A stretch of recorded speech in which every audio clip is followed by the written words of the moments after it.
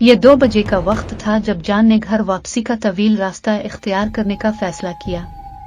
वो हमेशा तारीख सड़कों की तन्हाई से लुत्फ अंदोज होता था और यही वो वाहिद रास्ता था जिसे वो ढूंढ सकता था।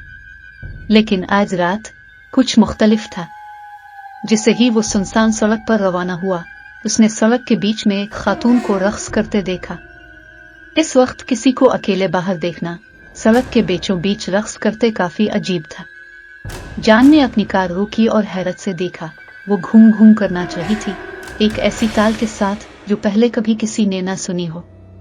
वो रेशमी सफेद गाउन में लिपटी हुई थी जो हरकत करते ही उसके जिस्म के गिर्द लिपट जाती थी। इसके बाल सियाह और लंबे थे। जान को यकीन नहीं आ रहा था कि वो क्या देख रहा है। उसने कोई स्पीकर, कोई हेडफोन, कोई म्यूजिक प्लेयर नहीं देखा। फिर भी वो इतनी रवानी के साथ उसकी धड़कन तक चली गई जिसे वो सुन नहीं सकता था। इसने अपनी आंखों को रगड़ कर देखा। यह ख्वाब नहीं था, हकीकत थी।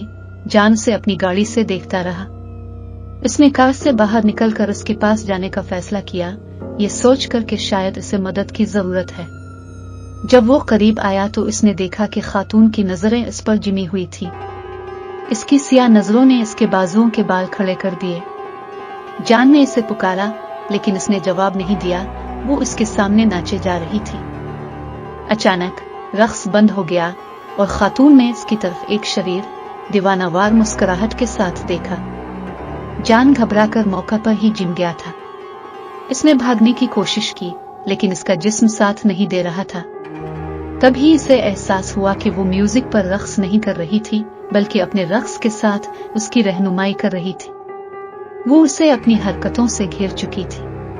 वो दौड़ती हुई इसकी तरफ बढ़ी और हवा का एक ठंडा झोंका उसे टकराया। उसे बहुत देर से एहसास हुआ कि वो भूत है। जान ने अपने आज़ा पर काबू पा लिया और वापस अपनी गाड़ी की तरफ भागा, लेकिन वो खातून उसके पीछे थी। वो इसकी एड़ियों की आवाज करीब से करीब तर होते सुन सकता था। जैसे ही वो गाड़ी के पास पहुंचा, औरत ने इसे गर्दन से पकड़कर जमीन से उठा लिया। औरत ने अपने होंठ खोले और अपनी जुबान बाहर निकाली। इसकी जुबान इंतहाई लंबी और सांसें बदबूदार थी। जान ने आंखें खौफ से बंद कर ली और चीख चीख कर हर वो दुआ पढ़ने लगा जो उसे याद थी। उसने महसूस किया अब वो अपने होश खो रहा है। वो बेहोश हो रहा था। जान मुजाहमत करने से बेबस था।